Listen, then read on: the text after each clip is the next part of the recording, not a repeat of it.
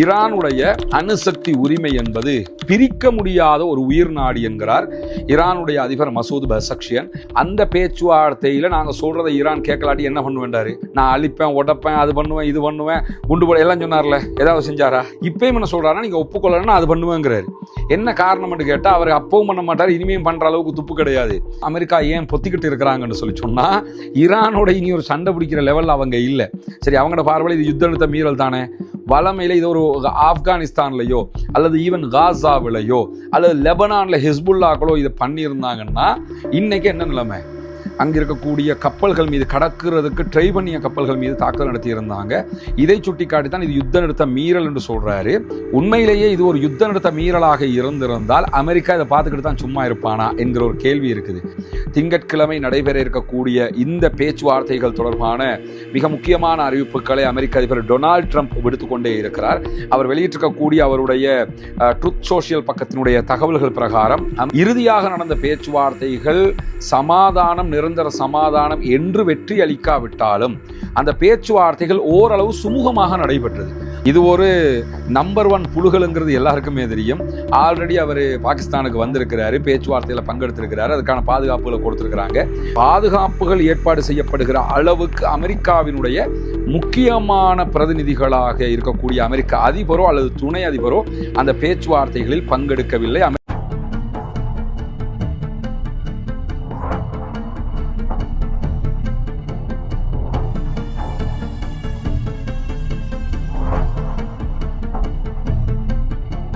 ஈரானுடைய இராணுவ தளபதி இன்றைக்கு ஒரு முக்கியமான செய்தியை வெளியிட்டிருக்கிறார்.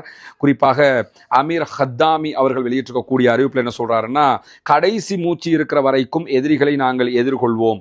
போருக்கு முந்தைய காலத்தை விட ரொம்ப அதிகமான வேகத்தில் நாங்கள் ஏவுகணைகளை மீண்டும் தயாரித்து கொண்டிருக்கிறோம். ஏவுகணை ஏவக்கூடிய தளங்களை எங்கெல்லாம் தாக்குதலுக்குள்ளாகியதோ அதையெல்லாம் நாங்கள் திரும்ப ரிப்பீட் செஞ்சுக்கிட்டு இருக்கிறோம். அதை தாண்டி ஆளில்லா விமானங்கள் ஏவுதளங்களை எல்லாம் ரொம்ப அதிகமாக நிரப்பிக்கிட்டு இருக்கிறோம் என்று சொல்லிட்டு அவர் என்ன சொல்கிறாருன்னு கேட்டால், ஈரானை போல வேறு எந்த நாடும் இப்படி பண்ண முடியாது, நாங்கள் மட்டும்தான், எங்களால் மட்டும்தான் இதை பண்ண முடியும் அப்படிங்கிறதையும் சொல்கிறாரு.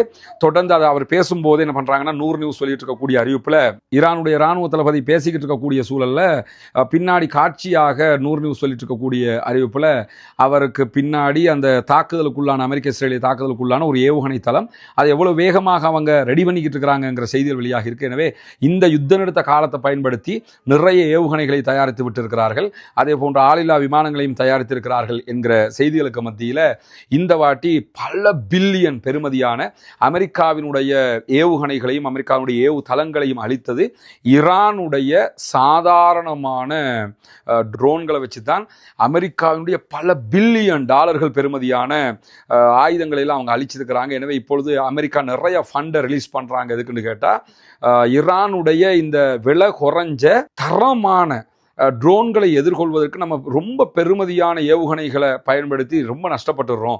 எனவே எப்படி நம்மளும் குறைஞ்ச லெவலுக்கு இதை பண்ணுறது. ஆல்ரெடி ஈரானுடைய ஷஹீத் வகையான ட்ரோன்கள் இருக்குது, அந்த ட்ரோனை காப்பி பண்ணியிருக்கிறாங்க அமெரிக்கா. வளமல அமெரிக்காவினுடைய ட்ரோனை தான் ஈரான்காரன் காப்பி பண்ணுறதுக்கு வாய்ப்பு இருக்குன்னு பார்த்த நேரம் போக இப்போ ஈரானுடைய ட்ரோன்களை அமெரிக்காக்காரன் காப்பி பண்ணக்கூடிய நிலைமை மாறி இருக்குது. இன்றைக்கு மேலதிகமாக ஹொர்முஸ் ஜலசந்தியை கடக்க முயன்ற 2 எண்ணெய் கப்பல்களை ஈரான் தடுத்திருக்கிறது. அமெரிக்கா சொல்கிறாங்க, நாங்கள் பிளாக் பண்ணி வச்சிருக்கிறோம், நாங்கள் எல்லாருக்கும் எல்லாம் செஞ்சிட்டோன்றாங்க. ஆனால் ஈரானை மீறி ஒரு கப்பல் நகர முடியலை. இன்னைக்கு போஸ்ட்வானா அதே போன்ற அங்கோலாவினுடைய கொடிகளோடு பயணிக்க முயற்சித்த 2 டேங்கர்கள், எண்ணெய் டேங்கர்களை ஈரான் தடுத்திருக்கிறது. அவர்களால் நகர முடியாமல் போயிருக்கிறது என்கிற செய்திகள் வெளியாக இருக்கிறது. அதே நேரம் ஈரானுக்குள் இன்றைக்கு செயற்கைக்கோள்களை இறக்குமதி செய்த 4 பேரை ஈரானிய பாதுகாப்பு பிரிவுகள் கைது செய்திருக்கிறார்கள். ஈரானுக்குள்ள இன்டர்நெட் பிளாக் பண்ணப்பட்டிருக்குது. இதை பயன்படுத்தி என்ன பண்றாங்க, எல்லாம் மாஸ்கினுடைய இணையதள தொடர்புகளை எல்லாம் சேட்டலைட் மூலமாக இணையதளத்தை எடுத்துக்கொள்வதற்குரிய உபகரணங்கள் கையளிக்கப்படுகிறது. அதனூடாக மொசாதுக்கு வேலை பார்க்குற ஆக்களை உருவாக்கி வச்சிருக்கிறாங்க. உள்நாட்டுக்குள்ள குழப்பங்கள் உண்டாக்குறதுக்கு ட்ரை பண்றதுனால இந்த மாதிரி இறக்குமதி செய்த 4 பேரை இன்றைக்கு அவர்கள் கைது செய்திருக்கிறார்கள் என்கிற செய்திகளும் வெளியாகி இருக்கிறார். அதே நேரத்தில் அர்ஜென்டினாவினுடைய அதிபர் மிலே இன்றைக்கு இஸ்ரேலில் தரையிறங்கி இருக்கிறார். உலகத்தில் இருக்கக்கூடிய சில இனவாத தலைவர்கள், ஆட்சியாளர்கள் என்ற ஒரு பட்டியல் எடுத்தோம்னா அதுல இந்த அர்ஜென்டினாவினுடைய அதிபர் மிலேவும் வருவாரு. இந்த ஆளுக்கு வேலை என்னன்னா, காசாவில் கொத்து கொத்தா மக்கள் கொல்லப்படக்கல இஸ்ரேலுக்கு போய் இறங்கி ஜெருசலம், ஆக்கிரமிக்கப்பட்ட ஜெருசலத்தில் இருக்கக்கூடிய அந்த இடங்களுக்கெல்லாம் போவார். போய் இஸ்ரேல் வெல்ல வேண்டும், இஸ்ரேல் கிழிக்க வேண்டும் அப்படிம்பாரு. அதே மாதிரி இப்போ ஈரானோட ஒரு ஓரில் அடி வாங்கி நாசமாக போய் கிடக்குறாங்க. லெபனானில் நடந்த ஓரில் ஹிஸ்புல்லாட்ட அடி வாங்கி நாசமாக போய் கிடக்குறாங்க. அதாவது ஈரான் தாக்கிய தாக்குதல்களில் ஒரு பகுதியில் மட்டுமே 1000க்கும் மேற்பட்ட வீடுகள் அளிக்கப்பட்டிருக்கிறது என்கிற செய்திகள் எல்லாம் வெளியாகி கொண்டிருக்கக்கூடிய சூழல்ல இன்றைக்கு அர்ஜென்டினாவினுடைய அதிபர் மிலே என்ன பண்றாருன்னா 3 நாள் பயணமாக இஸ்ரேலில் போய் தரையிறங்கி இருக்கிறார். பல இனவாத கருத்துக்களை அவர் சொல்லிக்கொண்டே இருக்கிறார். கிழக்கு ஜெருசலம்ல இருக்கக்கூடிய மேற்கு சுவரை அவர் பார்வையிடுவார் என்கிற செய்திகளுக்கு மத்தியில் இஸ்ரேலிய பிரதமர் பெஞ்சமின் நெத்தன்யாகுவையும் அவர் சந்திப்பார் என்கிற செய்திகளும் வெளியாகி இருக்கிறது. இவரெல்லாம் அக்மார்க்கு பக்கா இனவாதிகளாக இருக்கக்கூடியவர்கள். முழுவதுமாக உலகம் முழுவதும் யார் எத்தனை பேர் கொல்லப்பட்டாலும் பரவாயில்லை, நாங்கள் மட்டும் வாழணுங்கிற மாதிரி நினைக்கக்கூடியவங்க. அவர் தான் இன்னைக்கு போய் இறங்கியிருக்கிறார் என்கிற செய்திகள் வெளியாகி இருக்கக்கூடிய சூழல்ல தான் ஈரானுடைய அணுசக்தி உரிமை என்பது பிரிக்க முடியாத ஒரு உயிர் நாடி என்கிறார் ஈரானுடைய அதிபர் மசூத் பெசக்ஷியன். இன்றைக்கு அவருடைய பாதுகாப்பு படைப்பிரிவுகளுக்கு, நாட்டில் இருக்கக்கூடிய IRGC, நாட்டினுடைய இராணுவம் எல்லாத்துக்குமே அவர் நன்றி தெரிவித்து ஆற்றிய உரையில் என்ன சொன்னார்னு கேட்டால், அணுசக்தி பிரச்சனையை பொறுத்தவரையில் அணுசக்தியில் நீங்கள் யுரேனியத்தை செறிவூட்டவே கூடாது, லைஃப் டைம் யுரேனியத்தை செறிவூட்டுகிற அதிகாரமே உங்களுக்கு இல்லைன்றலாம் சொல்கிறதுக்கு அமெரிக்காவுக்கு அதிகாரம் இல்லை, அது எங்களுடைய உயிர் நாடி, எங்களுடைய உரிமை, அதை நாங்கள் விட்டு கொடுக்க மாட்டோம் என்று சொல்லி இன்றைக்கு பேச்சுவார்த்தைக்கு முன்பதாகவே, நாளைக்கு பேச்சுவார்த்தை, இன்றைக்கு ஈரானுடைய அதிபர் மசூத் பெசக்ஷியன் இந்த கருத்துக்களை சொல்லி இருக்கிற அதே நேரத்தில் ஈரான் மீதான அமெரிக்காவுடைய யுத்தம் பிரித்தானியாவை ஐரோப்பாவை நோக்கி மீண்டும் தள்ளி இருக்கிறது. அமெரிக்க அதிபர் இந்த யுத்தத்தில் உலகத்துக்கு செஞ்ச அநியாயங்கள் மாதிரி அந்த செஞ்சதுல பல நாடுகளுக்கு பல நலவுகளும் நடந்திருக்கிறது. அந்த அடிப்படையில் பார்த்தீங்கன்னா ஈரானுடைய கெத்து என்ன, ஈரானுடைய பவர் என்னங்கிறது உலகத்துக்கே தெரியாமல் இருந்துச்சு. இப்போ தெரிய வந்திருக்குது. ஓ, ஈரான்டா இவ்வளோ பயங்கரமாக இருப்பாங்க போல, இப்போ இந்த இவ்வளோ திருப்பி அடிச்சிருக்கிறாங்களேங்கிறத உலகத்துக்கு காட்டிட்டாங்க. அந்த நலவை உண்டாக்கினது அமெரிக்க அதிபர் டொனால்ட் ட்ரம்ப். 2வது மத்திய கிழக்கில் எங்களுடைய பேஸ் இருக்குது, கத்தாரில் எங்களுடைய பேஸ் இருக்குது, துபாயில் இருக்குது, சவுதியில் இருக்குது, ஏதாவது வந்தால் தொலைச்சி விடுவோம் பாரு, எங்களுடைய விமானம் தாங்கி கப்பல் இருக்குது, வந்துச்சுன்னா நீங்களாம் செத்தீங்க பாருங்கள், இதெல்லாம் சொல்லிக்கிட்டு இருந்தாங்களே. விமானம் தாங்கி கப்பலையும் டம்மி பீஸ் ஆக்கிட்டாங்க, அவங்களுடைய ஆயுதங்களையும் டம்மி பீஸ் ஆக்கிட்டாங்க, அவங்களுடைய பேஸ் எல்லாத்தையுமே டம்மி பீஸ் ஆக்கி அடிச்சு நுரைக்கிட்டானா இல்லையா? இது எல்லாமே அமெரிக்க அதிபர் டொனால்ட் ட்ரம்ப் செஞ்ச நல்ல காரியங்கள் இந்த உலகத்துக்கு. அதே மாதிரி பிரித்தானியாவுக்கு அவர் செஞ்சிருக்க ஒரு நல்ல காரியம் என்னன்னா, இந்த யுத்தத்தில் பிரித்தானியாவை இழுத்துவிட பார்த்தாரு. நாங்கள் வரவே மாட்டோம்ட்டாங்க, உங்களுடைய ஆயுத கப்பலை தாங்கண்டாங்க, தரவே மாட்டோம்ட்டாங்க. இப்படி பிரித்தானியா ஓரமாகவே நின்ட்டாங்க. இது எங்கள் யுத்தம் இல்லை, உங்கள் யுத்தம்ட்டாங்க. நேட்டோவை கூப்பிட்டு பார்த்தாரு, போகலை, நீங்களாம் பச்சை கோழைகள்னாரு. நாங்கள் கோழையாகவே இருந்துட்டு போகிறோம், ஈரானோட சண்டைக்கு வந்து ஒன்றை மாதிரி வம்புல மாட்டிக்க விரும்பலப்பான்ட்டு ஓரமாக நின்ட்டாங்க. இப்படியெல்லாம் பண்ணும்போது பிரித்தானியா ஏற்கனவே ஒரு 10 ஆண்டுகளுக்கு முன்பதாக பிரித்தானியாவினுடைய முன்னாள் பிரதமர், அதாவது ரிஷி சுனக்குக்கு முன்னாடி ஒரு லேடி இருந்து, அதுக்கு முன்னாடி இருந்தவர், அவர் ஆட்சி கவிழ்வதற்கு காரணமாகவே அமைஞ்சது என்னன்னு கேட்டால், யூரோப் யூனியனில் இருந்து அவர்கள் தங்களை ஒதுக்கி கொண்டது தான். பிரித்தானியா யூரோப் யூனியனில் இணைஞ்சிருந்துச்சு. யூரோப் யூனியனுக்கு பெரிய அளவில் ஃபண்ட் பண்ணக்கூடிய ஒரு நாடாகவும் பிரித்தானியா தான் இருந்தது. ஆனால் என்ன பண்ணாங்கன்னா, பிரித்தானியாவுக்கு இதில் எந்த நலவும் கிடையாது, நாங்கள் யூரோப் யூனியனை விட்டு வெளியே வர்றோம் அப்படின்னு சொல்லி வெளியே வந்தாங்க. ஒரு தசாப்த காலங்கள் ஆகிவிட்டது. இப்பொழுது மீண்டும் யூரோப் யூனியனோடு இணைவதற்கு பிரித்தானிய மக்கள் தயாராக இருக்கிறார். போரிஸ் ஜான்சன் நினைக்கிறேன், அவர் இருக்கிற காலத்தில் இது நடந்தது. ஜான்சனுடைய அந்த வாக்கெடுப்பில் கூட பிரித்தானியா ஐரோப்பிய யூனியனை விட்டு பிரிகிறதுக்கு சொற்ப வாக்கு வித்தியாசத்தில் தான் அந்த வாக்கெடுப்பு வெற்றி பெற்றது. ஆனால் அவங்க பிரிஞ்சிட்டாங்க. இப்போ மீண்டும் என்ன பார்க்குறாங்கன்னா, நம்ம அமெரிக்காவை நம்பி ஐரோப்பிய யூனியன்ல இருந்து பிரிஞ்சு அமெரிக்கா நம்முடைய வலுவான கூட்டாளின்ட்டு வந்தோம், ஆனால் இவனை நம்பிக்கிட்டு இருந்தோம்னா நம்மளை தொலைச்சி விடுவான், நம்மளை கொண்டு எங்கேயாவது சிக்கி விட்டுருவான், நம்ம அழிஞ்சு போயிடுவோம், அதை விட யூரோப் யூனியனோட நம்ம நின்றுவோம் அப்படின்னு சொல்லி மீண்டும் யூரோப் யூனியனோடு சேருவதற்குரிய பேச்சுவார்த்தைகளை ஆரம்பித்திருக்கிறது பிரித்தானியா. இதுவும் டொனால்ட் ட்ரம்ப் செய்துட்டு போன ஒரு நல்ல காரியமாக உலகம் பார்க்கக்கூடியதை நம்ம இன்றைக்கும் தெரிந்து கொள்ள முடிகிற அதே நேரத்தில் இன்றைக்கு மேலதிகமாக அவர் வெளியிட்டிருக்கக்கூடிய ஒரு தகவல் என்ன சொல்றாருன்னு கேட்டால், நாளைய பேச்சுவார்த்தைகளில் அவர்கள் ஒப்புக்கொள்ள வேண்டும், நாங்கள் சொல்றதை கேட்கணும், நாங்கள் கொடுக்கக்கூடிய நிபந்தனைகளை அவர்களை ஏற்றுக்கொள்ள வேண்டும், ஏற்றுக்கொள்ளாத பட்சத்தில் ஈரானுடைய உள்கட்டமைப்புகளை தாக்குவோம், மின்சார நிலையங்களை தாக்குவோம், ஈரானை அழிப்போம், ஈரான் அது செய்வோம் இது செய்வோம்ங்கிறாரு. இப்போ கடந்த வெள்ளிக்கிழமைக்கு முந்தின வெள்ளிக்கிழமை பேச்சுவார்த்தை நடந்ததா இல்லையா? அந்த பேச்சுவார்த்தையில் நாங்கள் சொல்கிறத ஈரான் கேட்கலாட்டி என்ன பண்ணுவேன்டாரு, நான் அழிப்பேன், உடைப்பேன், அது பண்ணுவேன், இது பண்ணுவேன், குண்டு போட எல்லாம் சொன்னார்ல, ஏதாவது செஞ்சாரா? இப்பயும் என்ன சொல்கிறாருன்னா நீங்கள் ஒப்புக்கொள்ளலன்னா அது பண்ணுவேங்கிறாரு. என்ன காரணம்னு கேட்டால் அவர் அப்பவும் பண்ண மாட்டார், இனிமையும் பண்ணுற அளவுக்கு துப்பு கிடையாது. அது வளமை மாதிரி அவருடைய ட்வீட்டை போட்டுக்கிட்டு இருக்கிறாரு. உலக நாட்டுக்கு எதிரியும் இவருடைய ட்விட்டர் லட்சணம் என்னன்னு சொல்லி அது எல்லாத்தையும் விட ஈரானுக்கு தெரியும். இந்த ஆள் எழுதிக்கிட்டு போறாரு, நமக்கு என்ன வேண்டி கிடக்குதுங்கிற லெவலில் அவர்கள் காலத்தை கடத்துவார்கள். ஆனால் இதை மீறி ஈரான் மேல் அவர் தாக்குதல்களை நடத்தினால் ஈரான் உச்சகட்ட பதிலடி தாக்குதல்களை கொடுப்பதற்கு மிகவும் தயாராக இருக்கிறது என்கிற செய்திகளையும் அவங்க தொடர்ந்து சொல்லிக் கொண்டிருக்கக்கூடிய சூழல்ல தான்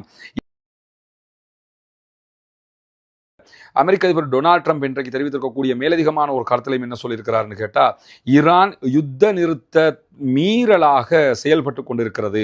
குறிப்பாக நேற்றைய தினம் ஹொர்முஸ் ஜலசந்தியை கடக்கிற நேரத்தில் ஈரான் என்ன பண்ணாங்கன்னா, அங்கே இருக்கக்கூடிய கப்பல்கள் மீது கடக்கிறதுக்கு ட்ரை பண்ணிய கப்பல்கள் மீது தாக்குதல் நடத்தியிருந்தாங்க. இதை சுட்டிக்காட்டி தான் இது யுத்த நிறுத்த மீறல் என்று சொல்றாரு. உண்மையிலேயே இது ஒரு யுத்த நிறுத்த மீறலாக இருந்திருந்தால் அமெரிக்கா இதை பார்த்துக்கிட்டு தான் சும்மா இருப்பானா என்கிற ஒரு கேள்வி இருக்குது.